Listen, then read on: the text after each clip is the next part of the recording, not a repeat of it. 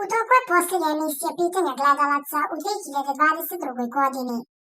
Pripadnici sedme sile naoštrili su se informacijama o zadrugarima i svemu što su radili u proteklih nedelju dana.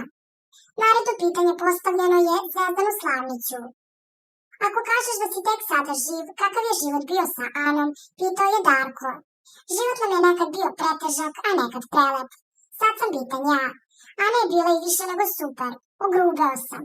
Trudio sam se i da ne opteretim svoju ćerku tim ponašanjem. U zadnjih 15 godina sam uvideo da sam se vraćao stalno stvarima koje nisu dobre. Da nisam ovde, možda bih opet uradio nešto što ne treba. Kockao sam se sa životom, rekao je Zvezdan. Pojedinim zadrugarima si otkrio da je tvoj odnos sa Anom zahladneo. Kada si tačno osetio da je vaš odnos prešao u rutinu, upitao je Darko. Ne sjećam se da sam rekao da smo postali prijatelji, a ne partneri. Isključivo sam sa Mikijem govorio o odnosu sa njom. Ne želim da se ogradim od toga, ali se ne sjećam, kazao je Zvezdan. Da li je to tako ili nije, upitao je Darko. Čudno se osjećam, možda jeste tako, a možda i ne. Uvijek sam pričao da je ona veliki lav i da je mnogo lepe stvari činila za mene, rekao je Zvezdan. Da li je to dovoljno da ostane sa tobom u emotivnom odnosu, upitao je Darko. Očigledno da nije, istakao je Zvezdan.